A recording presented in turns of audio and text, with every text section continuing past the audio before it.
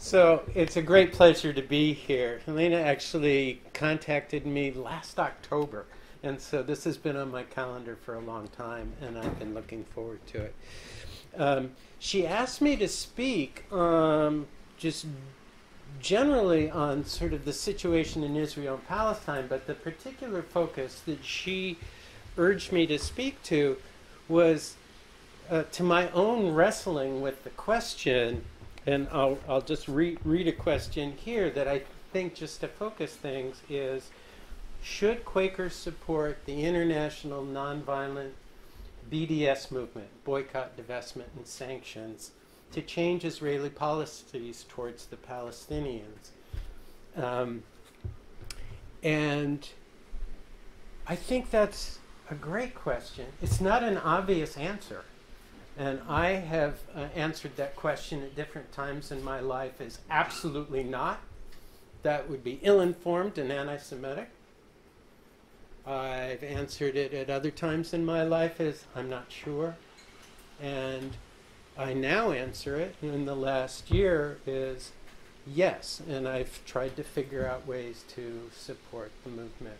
But I would just say that it is totally okay for anybody to be anywhere on that spectrum today. But I think the question, I want to step back from the question just for a second to say that asking these kind of questions is core to Quaker faith. That it's not just something add-on, it's core. And I was thinking in Meeting for Worship, which I also felt was a very powerful meeting for worship, of this passage from the Faith and Practice of New England Yearly Meeting of Friends. And I find it certainly speaks to why I was so excited to join the Quaker movement as a 13-year-old who went from knowing only about the guy on the Quaker Oats box to being a committed Quaker in the space of one weekend, of getting kicked out of Boy Scouts for supporting a Quaker protest against the war in Vietnam in the summer of 1968 on the town square of Galesburg, Illinois. And yelled at and called a traitor and a communist and a disgrace to my uniform by my scoutmaster, who pulled me out of the silent vigil that I attended for the first time, my first political act.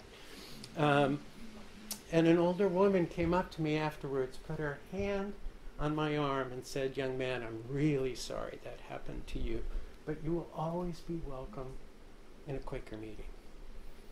And I didn't know about Quakers, but I talked to my mom. She knew a fair amount and encouraged me to call up. And I called up. And so imagine the phone call. 13-year-old kid calling somebody who's listed in the phone book. And the woman took me totally seriously as a spiritual seeker. She wasn't condescending at all. And I was asking her lots of questions, and then she told me about where they had their meetings, and it was a small meeting in Illinois. It was held in people's living rooms, and it moved around. And I asked her, what do Quakers believe?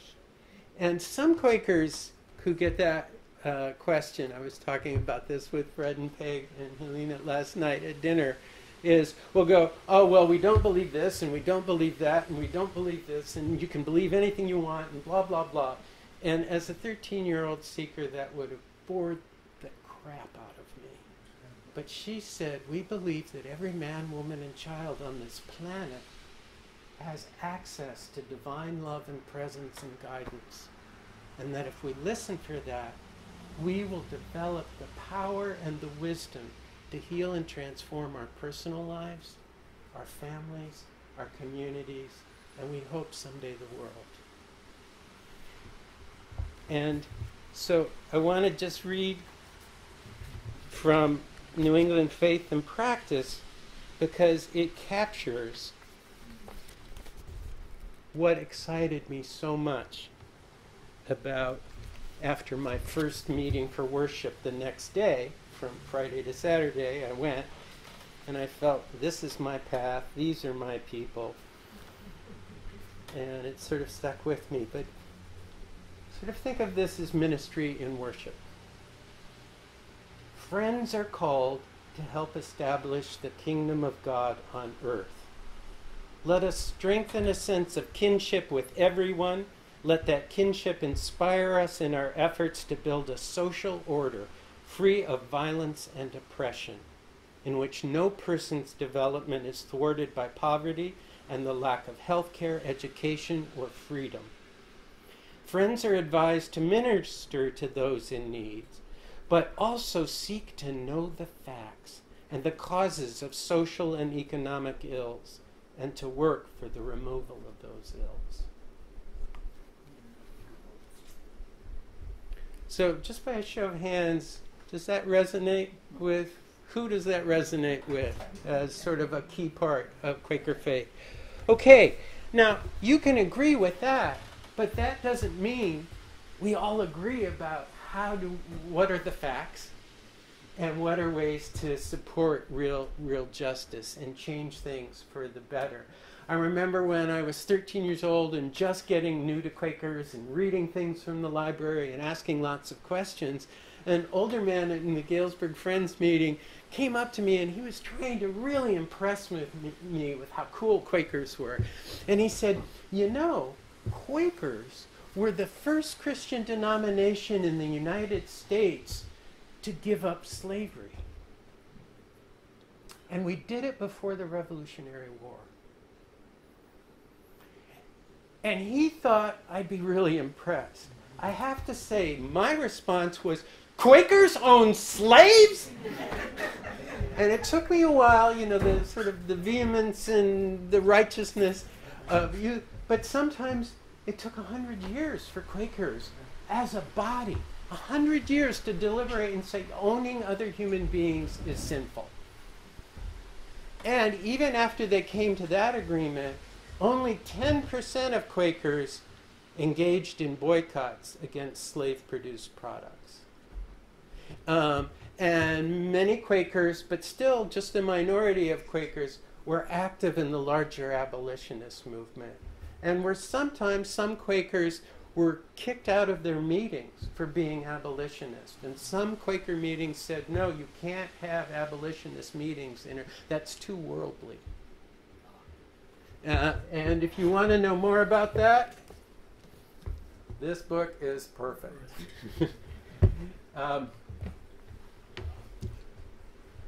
And so I was being pretty judgmental at that point of how could this take 100 years to decide this. And then I realized that when I noticed the Quakers on the square, the first adults in my community that I had ever seen stand up against the war in Vietnam in 1968, and I walked over and was scared to walk over. A year before, I was an ardent supporter of the war in Vietnam. My brother comes home and he's joined this group called Students for a Democratic Society while he's at college. And he's talking about getting tear gassed at demonstrations against the war. And I stand up at the dinner table and I go, you are a traitor and a communist. Do you hear the echoes?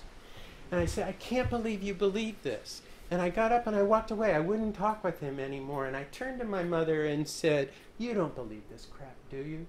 And she said to me, honey, I think there's more to this war than you know.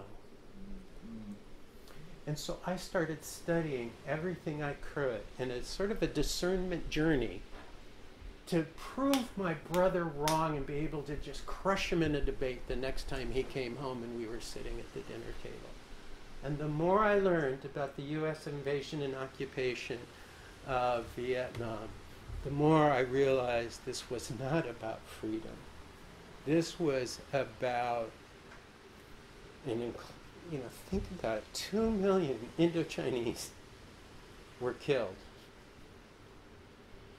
And it was to thwart the democratic will of the Vietnamese people. So that was a big change. And once I recognized I had to go through a period of discernment to come to clarity that the war in Vietnam was bad, I got a little more compassionate about that it took a while in that period of time for people to figure out that slavery was bad. So I went through, Helena talked about my pamphlet, Boycott, Divestment, and Sanctions, a Quaker Zionist rethinks Palestinian rights. I had to go through the same discernment journey, and it was painful, and it took a lot of years to even get to the question of affirming that boycott, divestment, and sanctions, this movement is valuable. Now, different people have different objections to this, and so I wanted to tell a story that I just discovered about 4 weeks ago. And there were a set of 2 long articles in the New York Times in 1934. And Henry Cadbury, a professor of religion, I forget which Quaker college in Philadelphia, was asked to give the keynote talk at the Central Conference of American Rabbis. And this included rabbis from Canada, all over the United States in 1934. Think about the timing and the history here. And he was asked to speak about what is an ethical response to the rising Nazi tyranny and the anti-Semitism and persecution of Jews that was just beginning to really take hold in Germany. And Cadbury expressed total sympathy that this is wrong. This, you know, we're with you. Christians should be allies with rabbis in trying to change the situation. But as I'm reading this article, I was startled when Cadbury was saying to these rabbis, telling the rabbis that you should never feel anger towards the Nazis and you should not fight back in any way. And then he explicitly said, and you certainly shouldn't engage in a boycott of Germany, and you shouldn't engage in any nonviolent resistance activities that are made popular by this guy Gandhi opposing British colonialism in India. And he preached Christian non-resistance. And he said, all we can do is show goodwill, make moral appeals, and negotiate.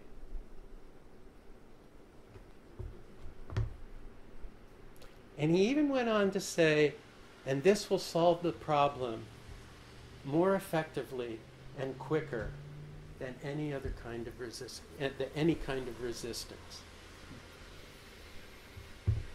I was a little shocked reading this.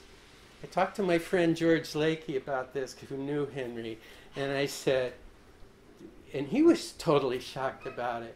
And the good thing is, Henry went through a journey of discernment and ended up disagreeing with his own advice.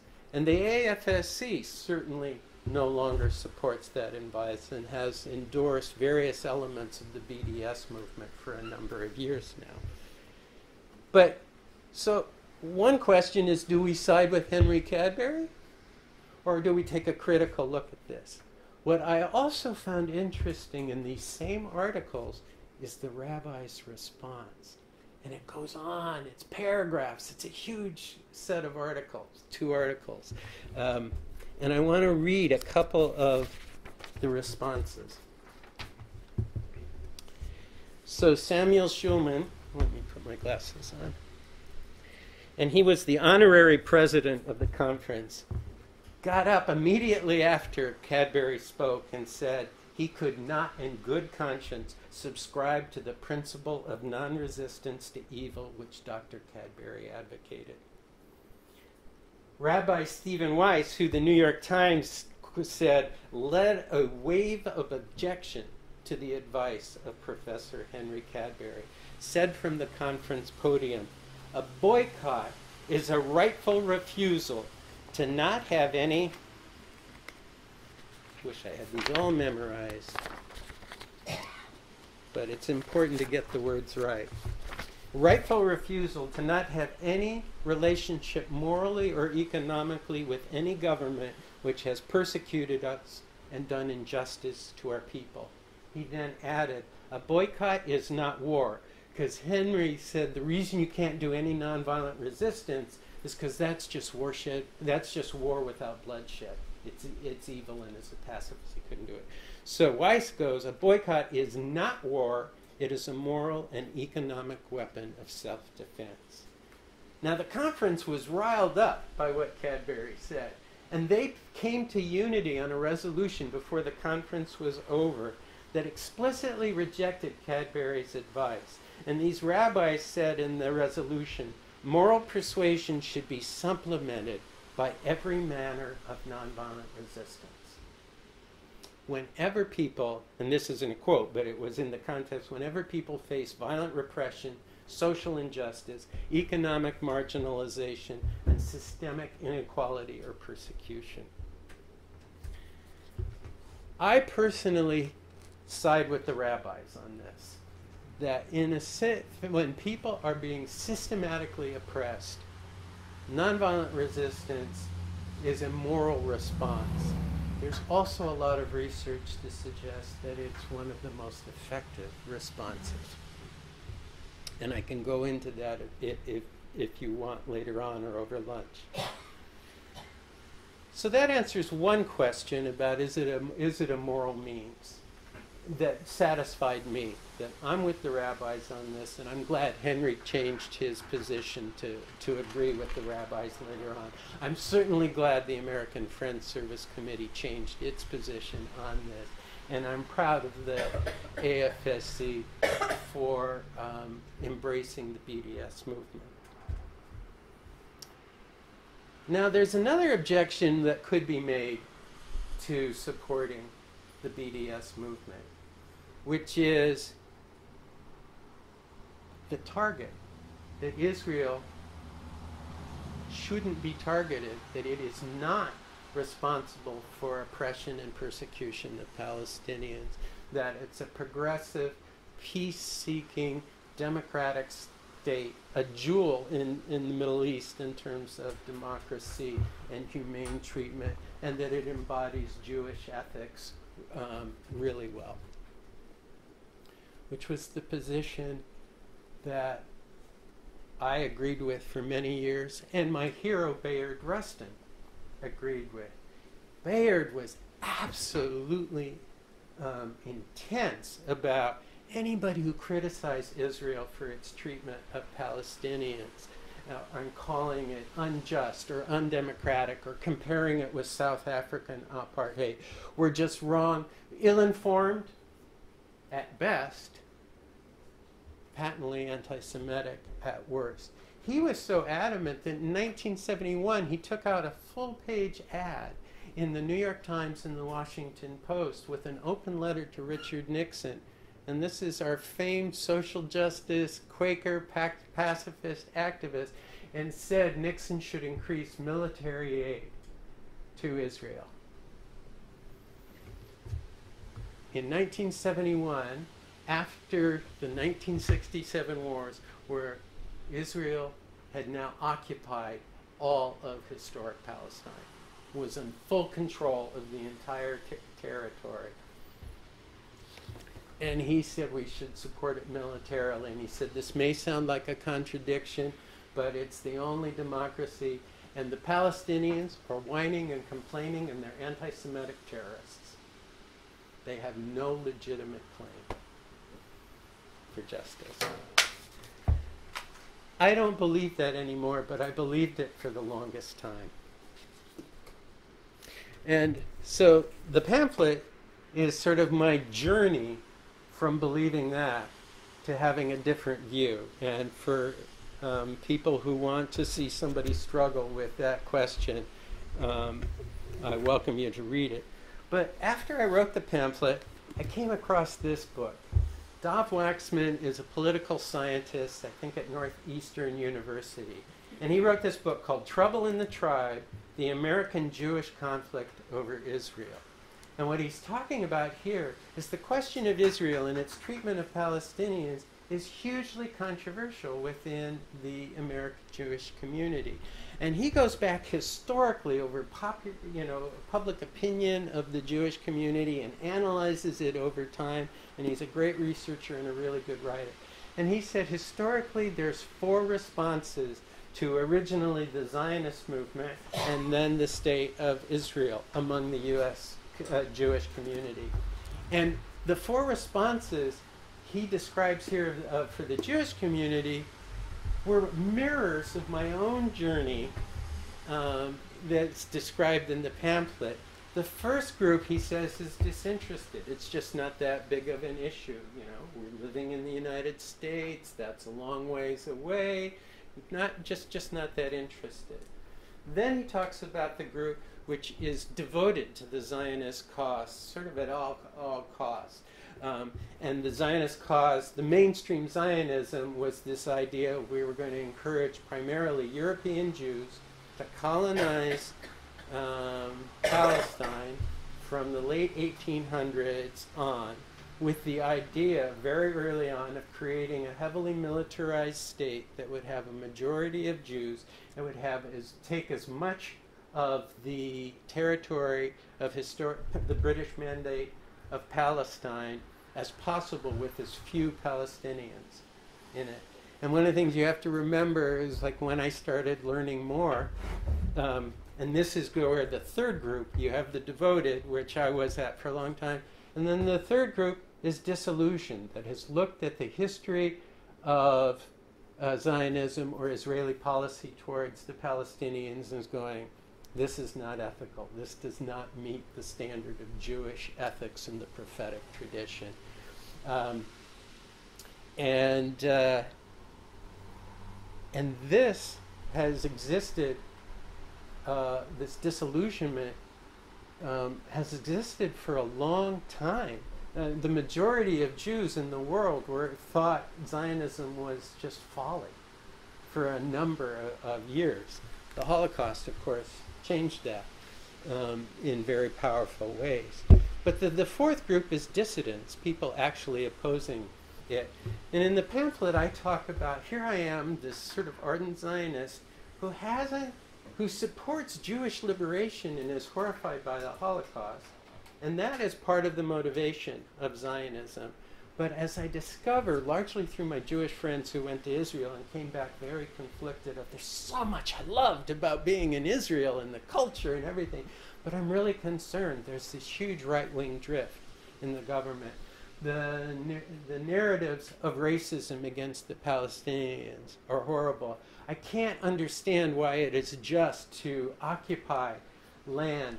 And I remember one of my Jewish friends did this research project in 1948 where close to 1 million Palestinians were displaced but then refused the right of return, which is part of international law.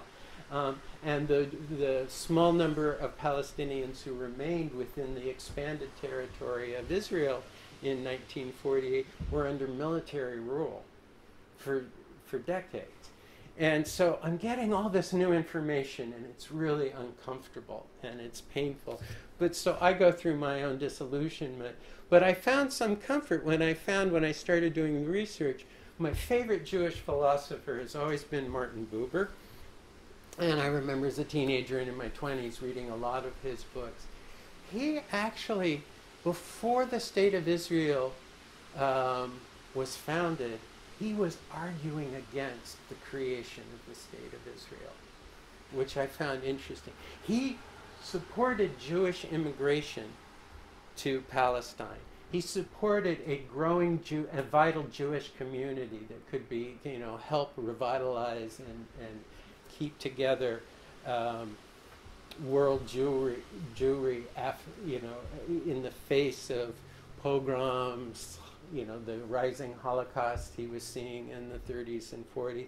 But in late as 47, he went to, I think it was the Peel Commission or one of the commissions international, and he said, we don't want to create a Jewish state in Palestine. We don't want to create a purely Arab state that would expel Jewish neighbors. We want to create a democratic, and he said democratic socialist state that would be binational and would have rights for all. And he said that if we create a state, we are a Jewish state, the inevitable consequence will be war, ethnic cleansing, and the soul of Judaism being eroded by having to be persecutors and oppressors of the people who already lived there. And a Zionism slogan in the early days was a people without a land without a people for a people without a land. Problem was, there was a people in the land. One of the early Zionists wrote back to his family and said, I'm here in Palestine. The bride is beautiful. Unfortunately, she's already married to another. And so that's where you tie in a laudable goal of Jewish liberation and mixing it with, in the 1800s and 1900s, European ethno-nationalism and a sense that it's okay to colonize people in the third world. That's just the norm. And fusing those two things together, so it created, over time, a particularly harsh system. So this is where I got, but I was in the disillusion camp for the longest time. What made it personal to me, and I decided to first finally think about and write this pamphlet and then to get active, was a friend of mine, Syed Atshan, who teaches at Swarthmore. He's a professor in the Peace and Conflict Studies program there. You know, it always makes a difference when it's personal. So he's a Palestinian. He's a gay Christian Quaker Palestinian who, when he left Palestine to become a student at Swarthmore, his mother said, you have to promise me you'll come back every year for Christmas. And a dutiful son, Syed, said, yes, of course, Mama. And so a few years ago, he was going back like he always did, and he was detained. And he was strip-searched. And he was interrogated. And they kept focusing on this question of, you have made some public statements in support of the BDS movement. What is that? Who do you know? Tell us everything. Because he supported the BDS movement, and this was a few years ago, after 2 days, he was sent to Jordan and told he would never be allowed back to see his family in Ramallah. This is not an isolated case. He asked why. They wouldn't tell him. He asked the Jordanians who had him when he was first deported, and they said, well, it lists on your file that you're a security threat. A pacifist who believes in using nonviolent resistance to support what he believes are the legitimate justice demands of his people, and the demands of the BDS movement are ending the occupation,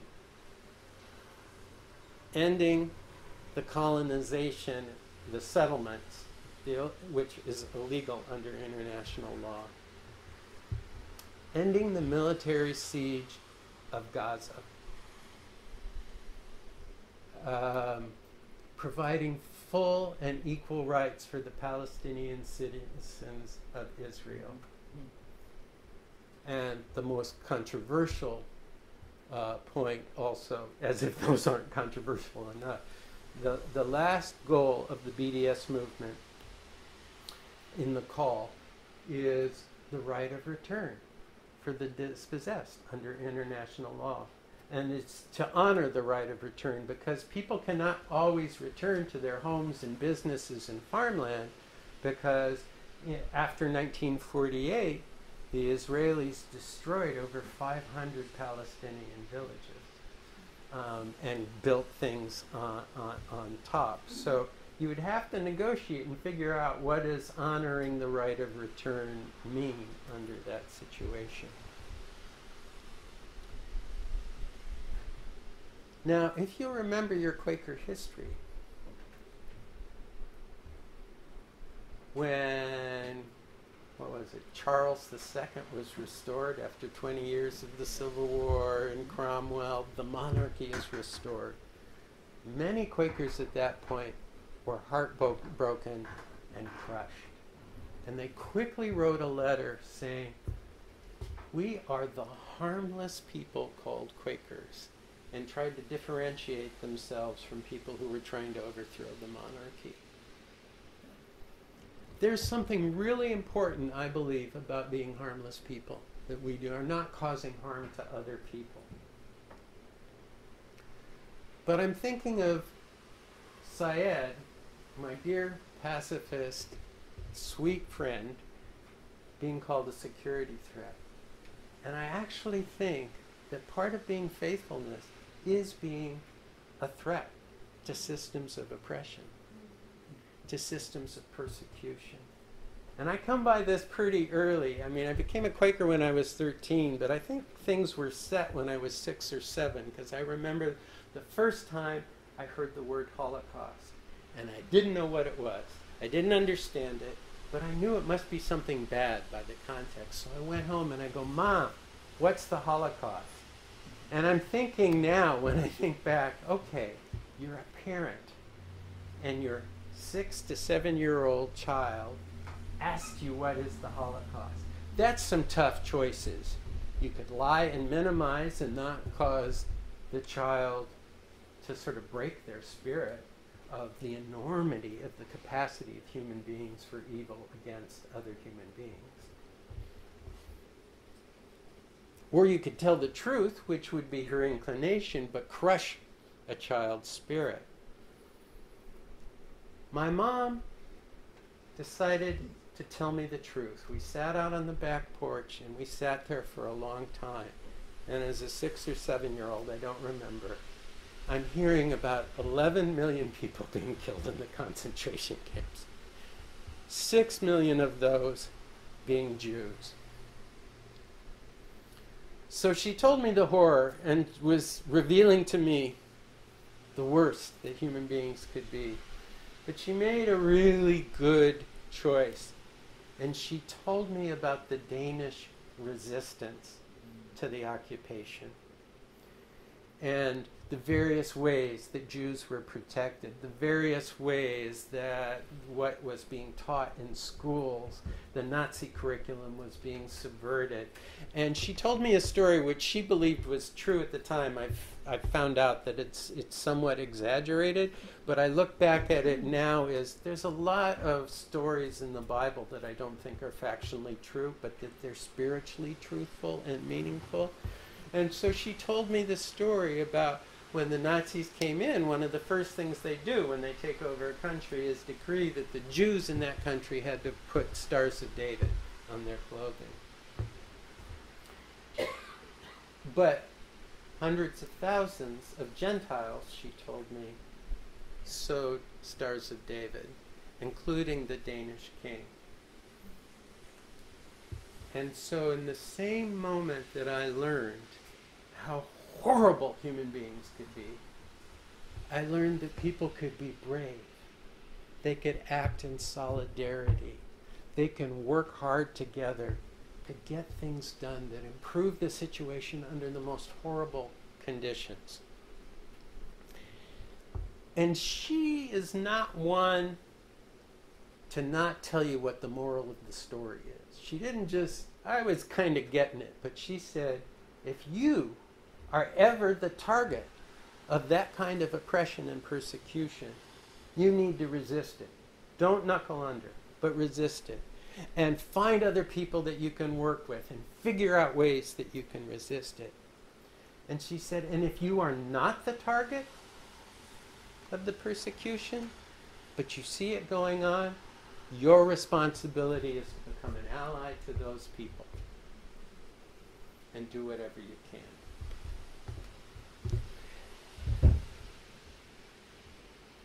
I believe, and we can discuss more, that the demands of the call that was put together by 170 civil society organizations in Palestine in 2005, calling for an international nonviolent boycott, divestment, and sanctions, movement akin to the movement that actually helped materially end apartheid and create expanded human rights and democracy in South Africa. That's what it's modeled on, is a way that we can show solidarity and be effective. There's no guarantees it'll be effective. And I'm going to quick check the time and then I will. 20. Okay. So I went last night to look around at what are some of the impacts. And there's a website that the Palestinian coalition that sparked the boycott put, and they list some of the impacts of the boycott already. And I think it will stimulate us to think about what are the things we could do that could support the boycott. So here's just some of them. This wasn't all of it, but more than 30 U.S. student associations and 11 Canadian student associations have voted to support divestment from Israel apartheid. BDS is supported by the UK National Union of Students. 30 other student unions and student organizations in Belgium, South Africa, Brazil, Chile, and beyond have supported. Academic associations in the US and Canada, Ireland, Qatar, South Africa, and the UK have voted to support BDS. Supporters include the Teachers Union of Ireland and the American Studies Association. U.S. churches, including the Presbyterian Church USA, the United Church of Christ, the United Methodist Church, and the Mennonites, and some Quaker bodies have voted to divest from Israeli and international companies targeted by the BDS movement.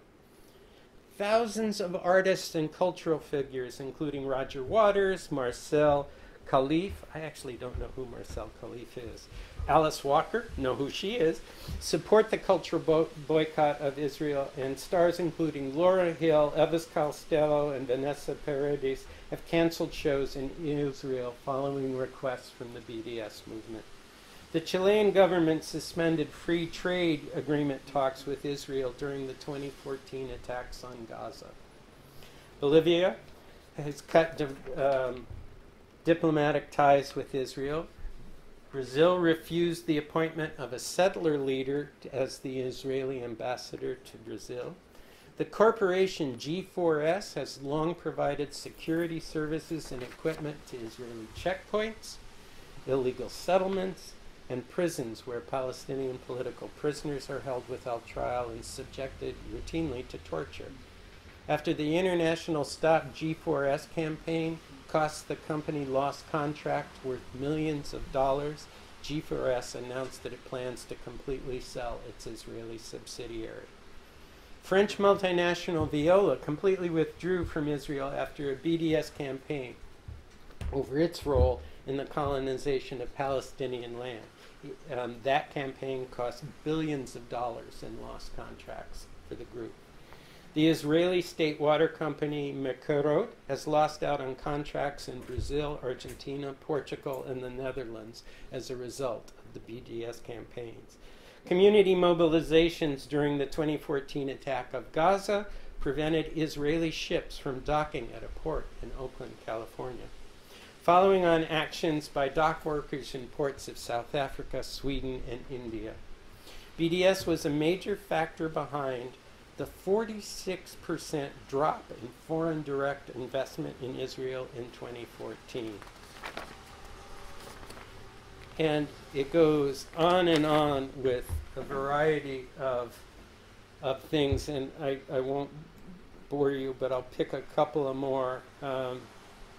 Local councils, local city councils have supported BDS initiatives, and they've been passed in more than 50 local councils in Spain and dozens of other councils in the UK, Australia, Sweden, and Norway, and Ireland.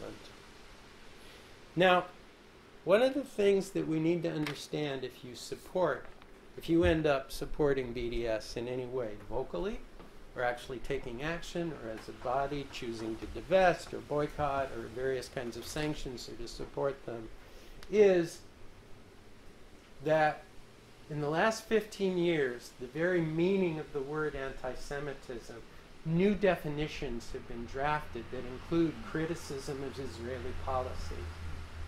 Now, the classic definition is anti-Semitism is hatred, discrimination, or persecution of people based on their being Jewish. But now they're saying, but if you criticize, quotes, the Jewish state of Israel, that is anti-Semitic. And so you have to develop a tough skin if you're going to do that. The other thing is the Netanyahu government has since 2013 is getting so upset about BDS. I mean, the U.S. considers Israel considers the BDS movement as one of the greatest potential threats around the world, just as the South African white minority elite did when it was directed at them. And so there are legal sanctions against advocating BDS within Israel. Mike was telling me earlier that because I published this pamphlet and on my Facebook page there's things supporting this, that I would not be allowed in to Israel to do an educational visit. And there's some truth. Remember what happened to Syed. But in January of this year, Israel also named 20 organizations around the world that its staff and voluntary leadership are no longer allowed into Israel or Palestine because Israel controls entry to Palestine. The two U.S. groups are both ones that I belong to.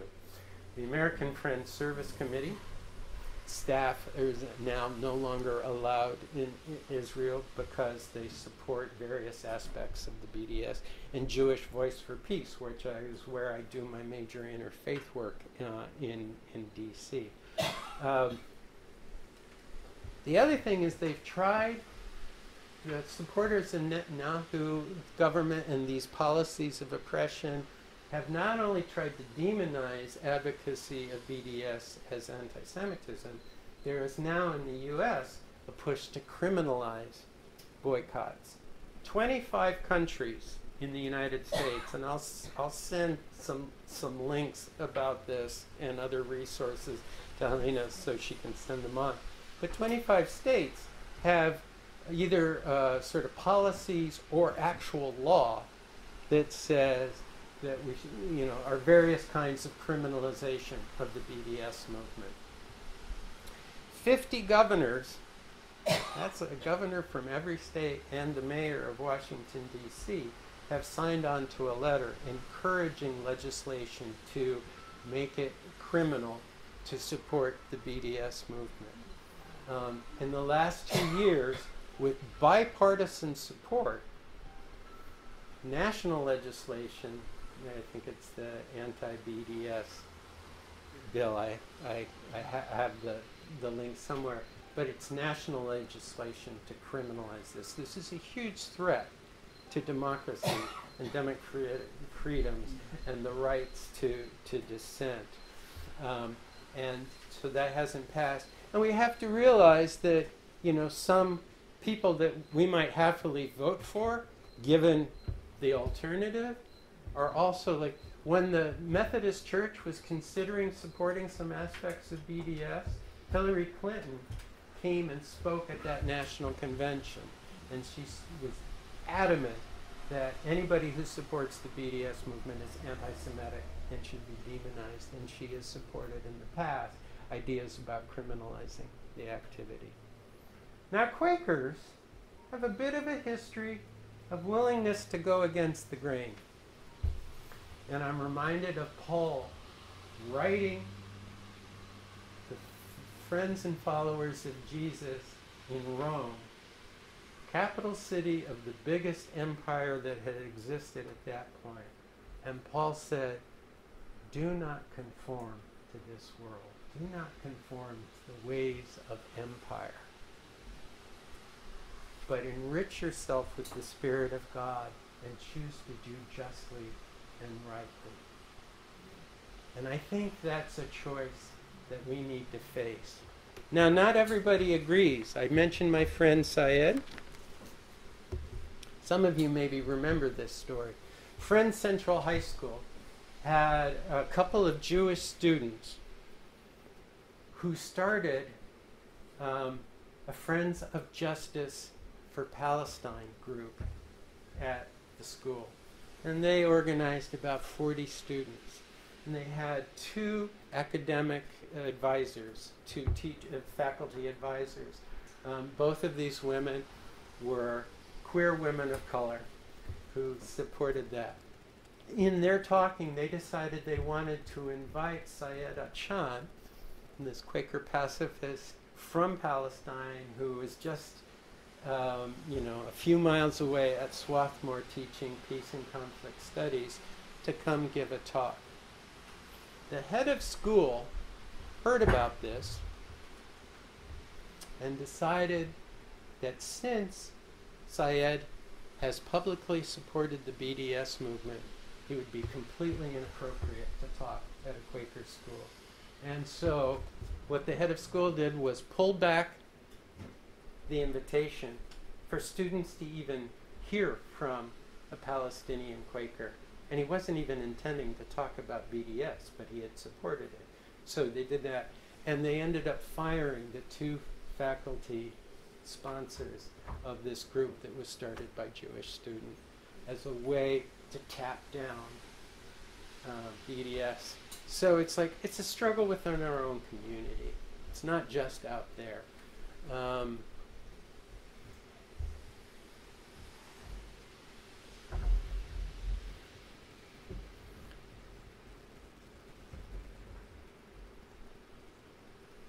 And the last thing I want to say is that I also think we should have some compassion for people who don't support the BDS movement, who maybe believe certain things that I used to believe, and maybe even said, because I feel bad, I feel I was immoral and intellectually corrupt when I used to call people anti-Semitic when they would make criticisms of Israeli policy towards that. And so I think in the same way I learned we had to be compassionate for people who couldn't quite catch up to the notion that owning other human beings might be wrong, that we're going to have to engage in struggle among ourselves and with the wider world, and moral appeals and education are hugely appropriate. But I believe it's sort of our Quaker vocation. Remember, the first 2 decades of Quaker history, we were all about what was called the Lamb's War to create the peaceable kingdom. Nonviolent revolutionaries. 9 to 10,000 Quakers were thrown in jails during those first 2 things. Some were tortured in jail. Some died in jail. And the metaphor switched after Charles II, and it was, well, if we can be left alone and we can be tolerated, it was no longer the Lamb's War, it was, we want a hedge between us and the world. I can understand that. People had been under severe repression for 20 years. But I think we have to decide, what does it mean to be truly radically faithful? What does it mean to not conform to the ways of empire? And what does it mean for us to bring out the best of the Jewish prophetic tradition that stands up against oppression and injustice? And I think we have to take risks, support each other, and engage in creative actions. And I would invite you all to seriously consider whether or not you can support and find creative ways, if you can, the BDS movement. And I thank you so much for your time.